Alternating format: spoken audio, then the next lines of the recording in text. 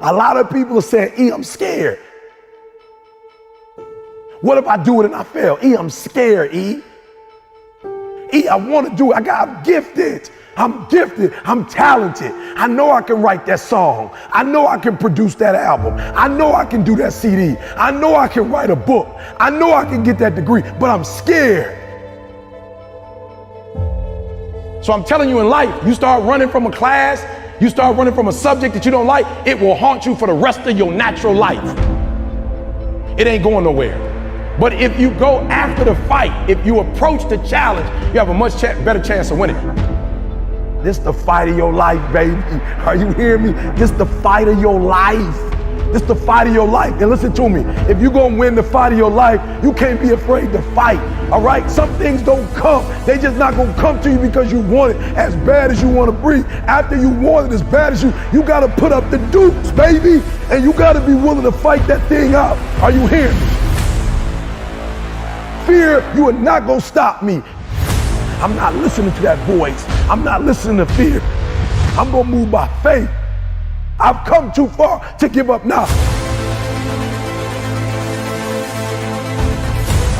You got greatness all inside of you. You got greatness all inside of you. But your problem is you a scaredy cat. You soft. And every time it get hard, you quit and you give up. And I'm telling you, if you would be willing to fight your way through it, if you would be willing to fight your way through this battle, fight your way through cancer, fight your way through that academic struggle, fight your way through divorce, fight your way through it. If you are willing to fight your way through that singing career, fight your way through boxing, fight your way through football. If it was easy, everybody would do it. Fight your way through it. You gotta fight the fear, because guess what? Fear ain't bigger than you. There's greatness in you. Are you hearing me? There's greatness in you. And you mean to tell me you're never going to reach your full potential? You mean to tell me you're never going to be what you've been called to be? That you're not going to do what you've been called to do because you are afraid? Listen to me. The boogeyman ain't real. And so I need you to understand that you can have it. For real, you can have it. But it's going to be a fight. And if you're willing to put up the fight, I'm telling you, at the end of the fight, it's going to come victory. You've gotten this far. If you was going to quit, you should have quit a long time ago. You've come too far to quit now. You need to get a reward for it. That's why I'm trying to tell you, never stop, never give up, never give in.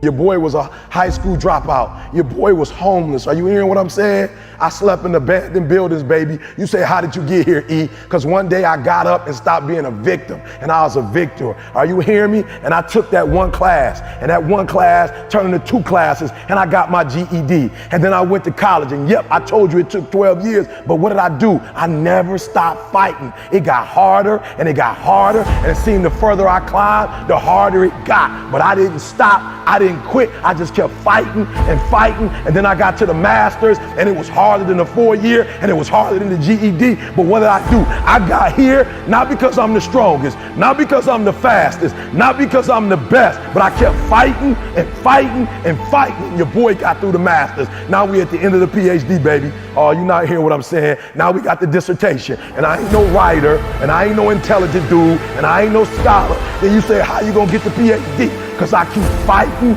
and fighting and fighting and fighting and fighting and fighting. And what I will not do is I will not quit. And when that thing tells you to quit, you look at it in his eye and say, I ain't going nowhere. I will break you before you break me. You will not defeat me. You will not destroy me. Lay hold of it. Some of you are so ignorant. You've been through so much hell. You gonna quit now? You should have quit 10 years ago when you got raped. You should have quit 10 years ago when he walked out on you. You should have been quit. You don't quit now. It's the 10th round. You got 2 more to go. And when you get to success, it's not about skill. When you get to a certain level of success, it's about stamina. It's about stamina. It's about you won't break me. You can't take me. I fought too long. I fought too hard. If I was going to quit Satan, you should have got me a 17 on. You should have broke me when I was eating out of trash can. It's too late now. I'm in the Ritz Carlton. It's too late now.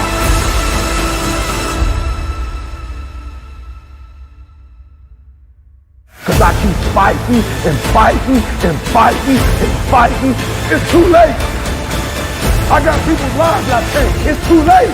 You should have broke me a long time ago. I'm unbreakable now.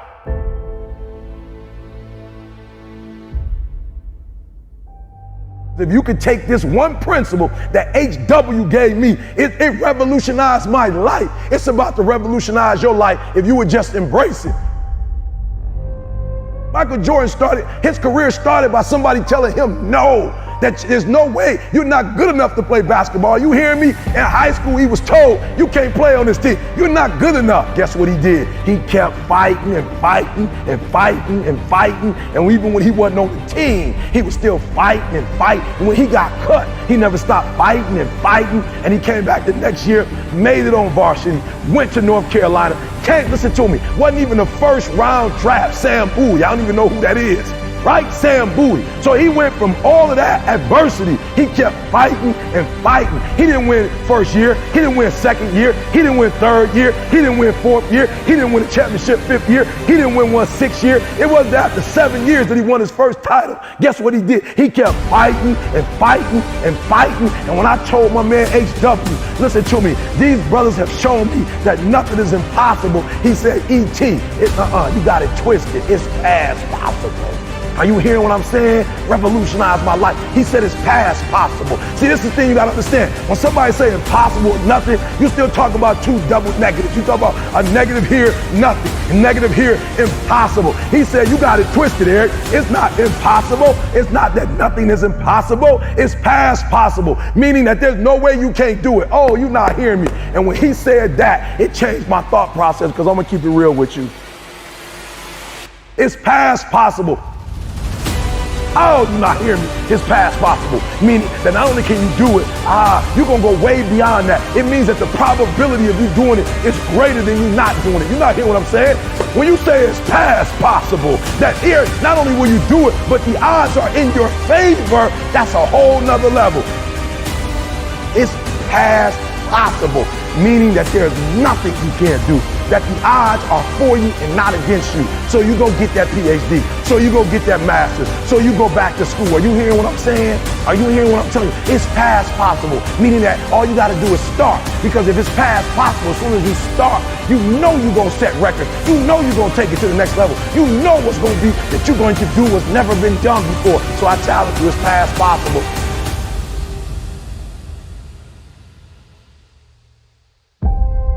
If you're going to win the fight of your life, you can't be afraid to fight.